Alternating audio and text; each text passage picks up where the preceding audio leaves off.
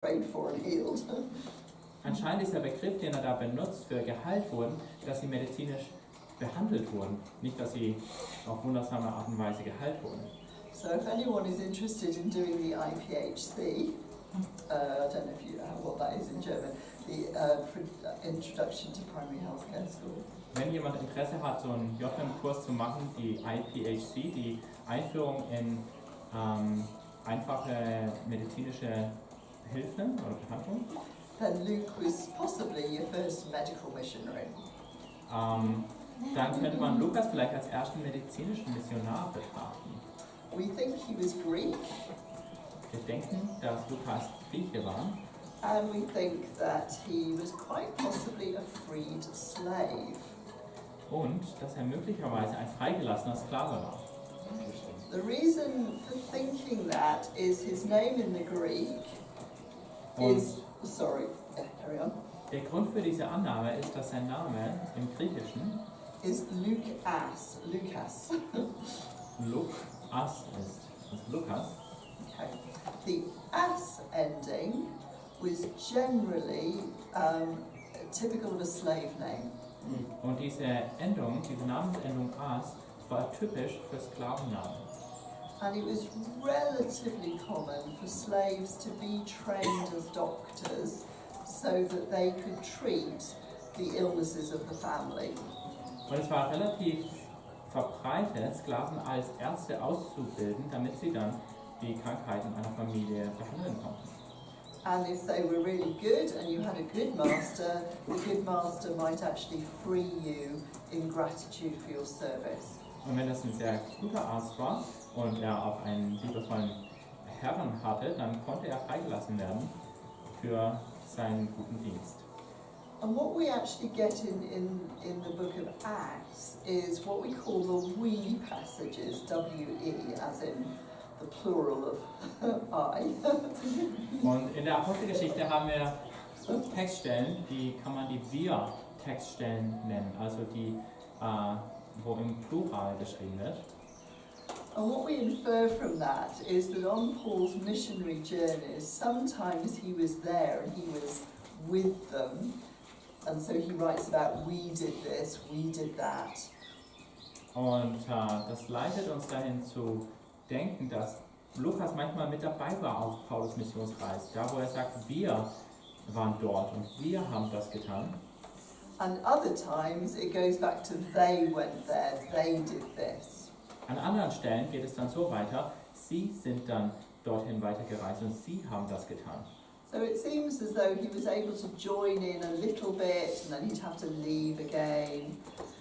Es hat also den Anschein, dass Lukas manchmal mitreisen konnte, mit den anderen zusammen war und dann musste er wieder für eine Weile woanders sein. But by the end of Paul's life, he seems fairly constantly with Paul. Aber zum Ende von Paulus Leben hin scheint es, dass er ziemlich ständig bei Paulus bleiben konnte. So could that be that he's now been freed to travel with Paul? Könnte es also sein, dass er jetzt freigelassen wurde, um mit Paulus zu reisen? Of course, this is all guesswork. Natürlich ist da viel Spekulation dabei. We actually know very little about Luke. So ganz genau wissen wir eigentlich recht wenig über Lukas. But there is a church tradition that says he was born in Antioch in Syria. Aber es gibt eine Kirchentradition, die besagt, dass er in Antiochien in Syrien geboren wurde. Really, think about the last kind of ISIS strongholds that are still being dealt with. It's kind of that region of Syria, more or less, that Antioch Und es was ist in. der Teil von dem heutigen Syrien, wo noch die letzte Hochburg der IS zu finden ist. Also da befand sich damals Antiochien in Syrien.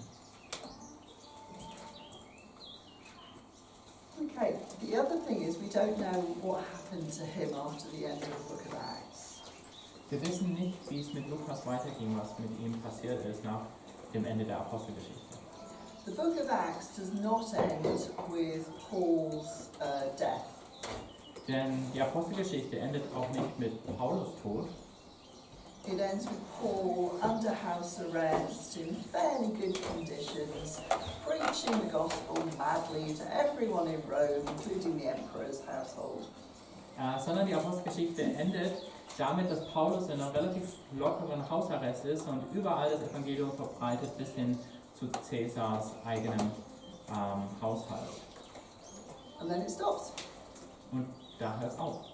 So, does that mean that Luke didn't live much longer? Couldn't write anymore? Warum hört es da auf? Kann es sein, dass Lukas nicht viel weiter gelebt hat und nicht mehr weiter schreiben konnte? So quite a few scholars sort of go down that route and say maybe he suffered the same fate in the persecution.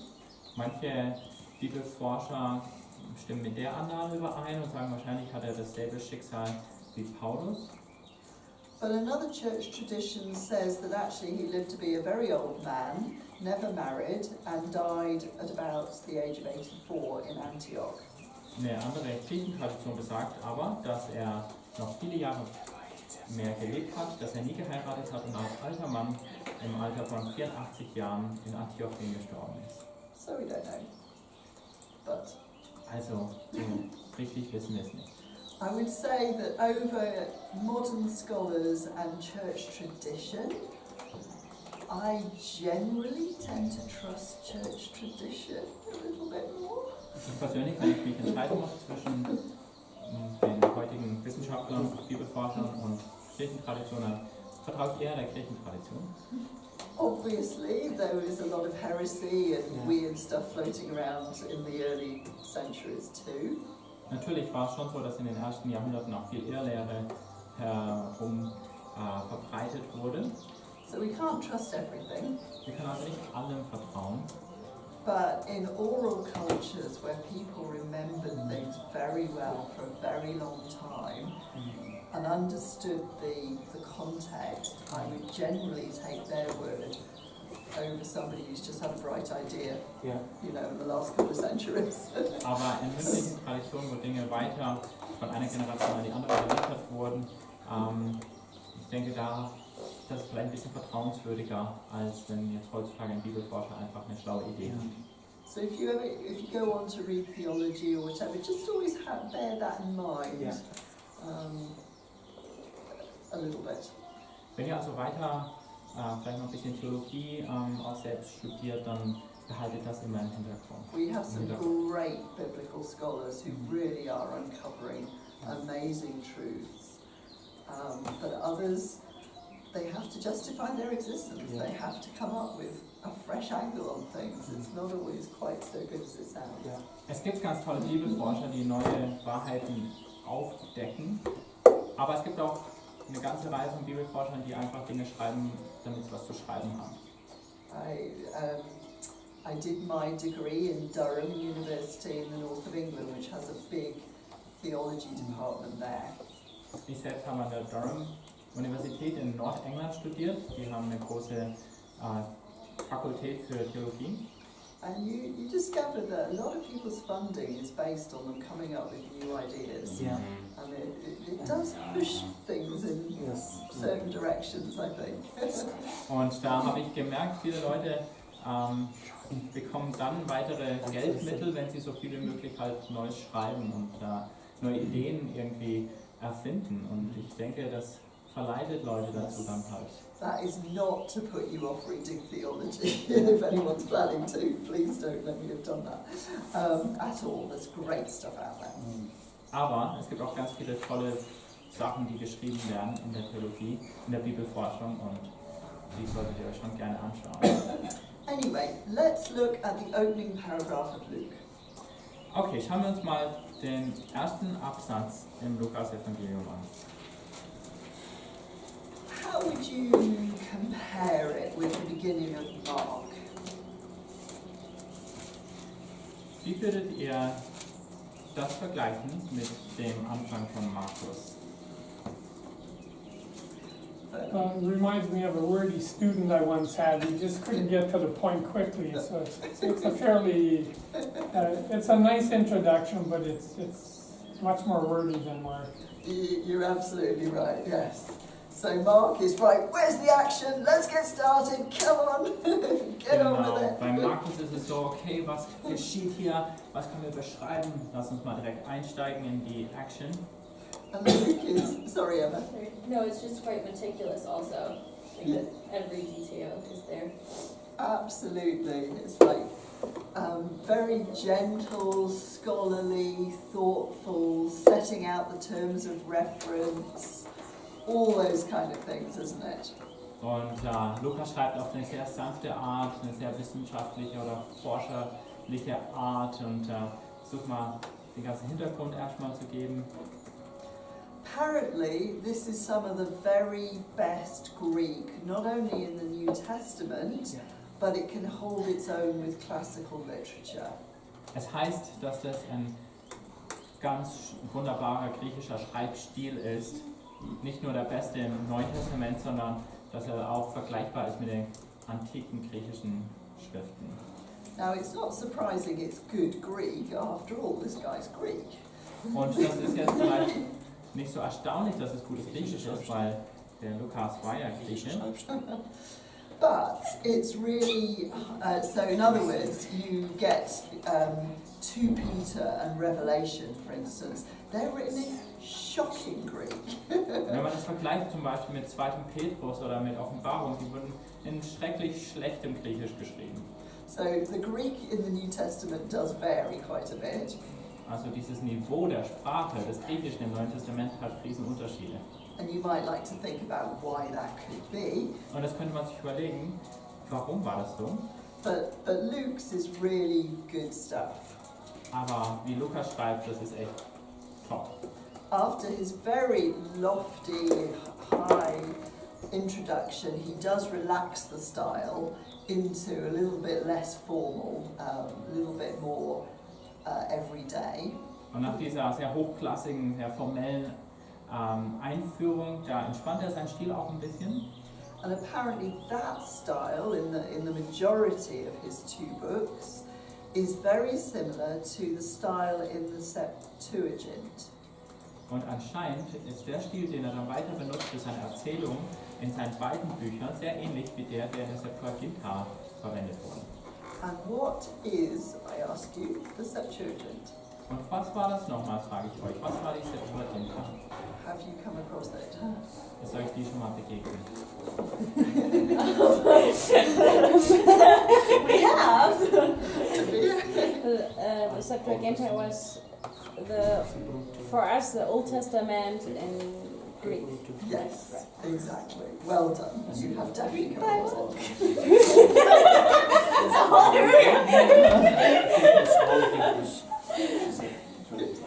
Okay, so why might Luke be writing in a style very similar to the Septuagint? Oh yes, what have you done to them, Leah? Maybe it was translated around the same time because you had that shift of Hellenization around the same time. Okay, well this was probably actually, I'm trying to remember the date of the Septuagint actually. So 200 BC. Thank 400 to 200 BC. Okay, thank That's you. Yes, actually- so it's a little bit after that, because obviously it's Luke writing. But presumably, no, but good thought. Also, die Frage ist, warum hat Lukas wohl einen sehr ähnlichen Schreibstil verwendet wie in der Septuaginta? But basically, I think what he's doing is this is scripture too. You Hellenistic Jews, this is your scripture, and what I'm writing, and what the probably not calling attention to himself. Sorry. Aber ich glaube, er wollte damit ausdrücken, das hier ist auch die Heilige Schrift. Ihr Heidenchristen, ihr habt die Septuaginta als euer Altes Testament. But this story, the things I'm writing about, they are God's story. They're the same thing. This is consistent. Aber diese Geschichte, die ich euch jetzt hier aufschreibe, diese Geschichte ist auch Gottes Geschichte und sie passt dazu, sie gehört dazu. And in this account, he makes it very clear that he's gone around. He wasn't obviously a witness of any of the events in the Gospels. Und in diesem Bericht, da sagt er ganz klar aus, dass er viel rumgegangen ist. Er war selbst kein Augenzeuge von den Dingen, die im Evangelium passiert sind. But he makes it clear he's gone around and he's talked to people who were. Aber er sagt klar, dass er herumgegangen ist und zu den Leuten geredet hat, die damals dabei waren. He's done his research very carefully. Er hat sehr sorgfältig Forschung betrieben. And he seems to be writing to this person so that they can know, have certainty about the things that they have learned. Und er schreibt hier an eine Person, damit der Gewissheit haben kann über die Dinge, die er gelernt hat. So in other words, maybe this person's heard the gospel and they're wondering, can this be true? Did it really happen? Vielleicht hat diese Person das Evangelium gehört und fragt sich, ist es wirklich wahr? Ist es wirklich passiert?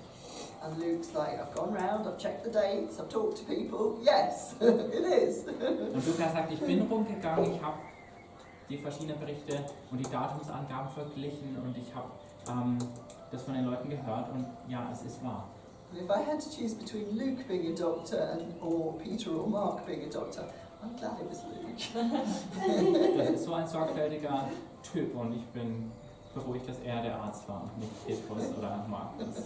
Peter, right, let's get in there with the scalpel. Der Petrus wird erstmal zum Skalpell greifen, okay, legen wir los. Okay, so who is this Theophilus guy he's writing to? Wer war jetzt dieser Typ Theophilus, an den Lukas schreibt? The Acts is also dedicated to Theophilus, the second volume of Luke's work. Auch das Buch Apostelgeschichte ist an Theophilus gerichtet, dieser zweite Teil von Lukas Schreiben. And he's described as most excellent. Er wird hier als verehrter Theophilus. So he's either stroking the guy's ego, Entweder versucht er sich da ein bisschen einzuschleimen, or this guy is high ranking and you better talk to him like that. oder vielleicht hatte dieser Mann so eine hohe Position im Römischen Reich und musste so angesprochen werden. So it's quite possible that this guy is a high ranking Roman official who is being addressed. Es ist tatsächlich gut möglich, dass das ein römischer Beamter hohen Ranges war, der da angesprochen wird. However, what does the name Theophilus mean? Aber was ist denn die Bedeutung des Namens Theophilus? Friend of God. Friend of God, exactly.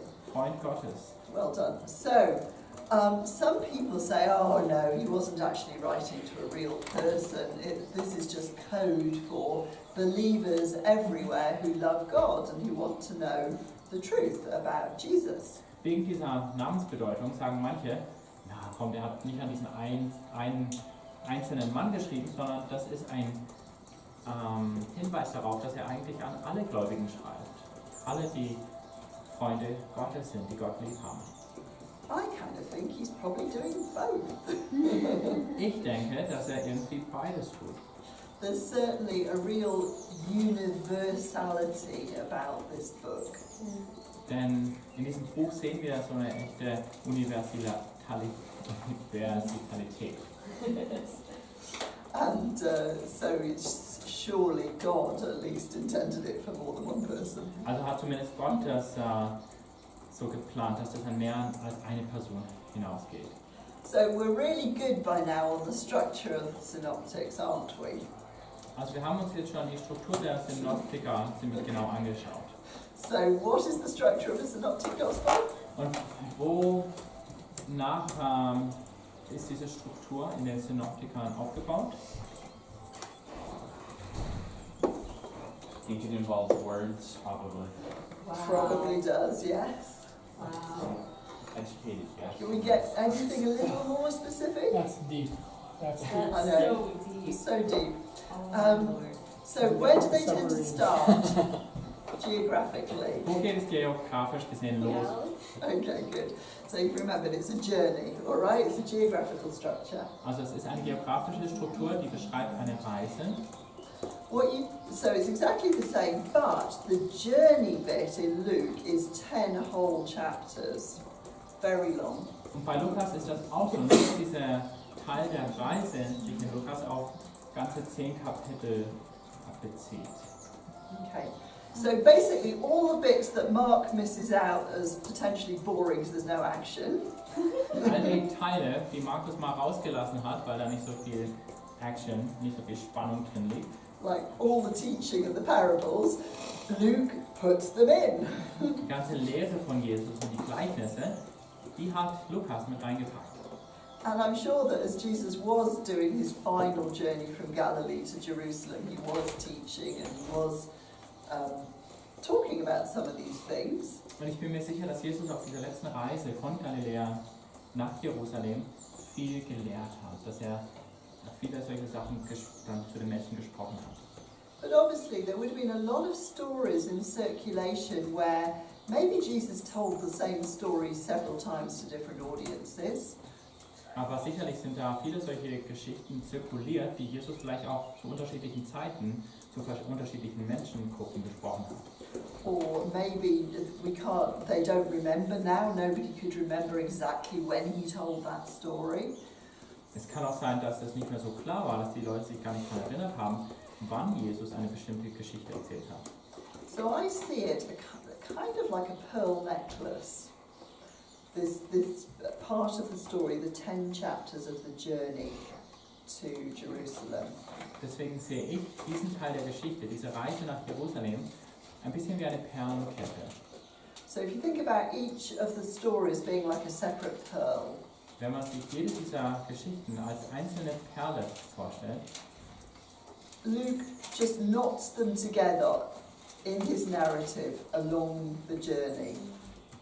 And that's the kind of how he includes them all, by just knotting them together as they're walking along to Jerusalem. dann reiht Lukas diese Perlen zusammen. Er verknotet sie eine nach der anderen auf dieser Reise nach Jerusalem. Okay. There's a little bit more to say about the structure of Luke, but we'll actually do that in Acts. Es gibt noch ein bisschen was zu sagen zur Struktur in Lukas, aber das schauen wir uns an, wenn wir zur Apostelgeschichte kommen. I don't believe in making things simple for you. Wir wollen die Dinge nicht zu einfach machen. Okay. So we're going to look now at some of the distinctives of Luke's account. Und wir schauen uns jetzt an, was ist besonders an Lukas Bericht. You will have noticed that the first 2 chapters Euch ist bestimmt aufgefallen, dass die ersten beiden Kapitel contain lots of information that we don't learn anywhere else. viel Information enthalten, die wir sonst nirgendwo mitbekommen. So we start with these 2 birth narratives. Da gibt es 2 Erzählungen von einer Geburt. First of all, we have this older married couple who can't have children. Zunächst mal haben wir dieses ältere Ehepaar, die keine Kinder mehr bekommen können. And the man, who is a priest, has an encounter with an angel when he's serving in the temple. Und der Mann, der ist Priester, der hat eine Begegnung mit einem Engel, als er gerade im Tempel seinen Dienst verrichtet. And he's told that actually you are going to have a son and he's going to be really significant. Ihm wird gesagt, du wirst einen Sohn haben und der wird eine ganz bedeutende Rolle spielen. And the terms that are used make it quite clear that this is part of the messianic story. Und die Worte, die dabei benutzt werden, machen es ziemlich klar, dass er Teil der messianischen Geschichte sein wird. Especially verse 17 in chapter 1. Vor allem in Vers 17 in Kapitel 1. When it becomes clear that this John is to be the messenger that comes before the expected Messiah. Wo es klar wird, dass dieser Johannes der Bote sein wird, der vor dem versprochenen Messias kommen wird. He specifically said that he will do that in the spirit and power of Elijah. Und da steht ganz genau, dass er das im Geist und in der Kraft des Propheten Elia machen wird. Which is quite funny because when people ask John if he's the Elijah that's to come, he goes, no. Und was witzig ist, wo Johannes dann gefragt wird, ob er der Elia ist, der vor dem Messias kommt, dann sagt er nein. Okay. And then you get this other contrasting birth narrative. Und dann kommt nochmal ein Geburtsbericht, der als Kontrast dazu dient, Where you get this young, unmarried girl. who wo wir receives the same news. eine junge, unverheiratete Frau antreffen, die dieselbe Neuigkeit erfährt. Okay? For one, the birth of a child is going to be the removal of shame. Für das ältere Ehepaar wird die Geburt des Kindes ihre Scham, ihre Schande wegnehmen. In those days, women didn't have many ways of proving the worth of their existence, but being able to produce children was one of them.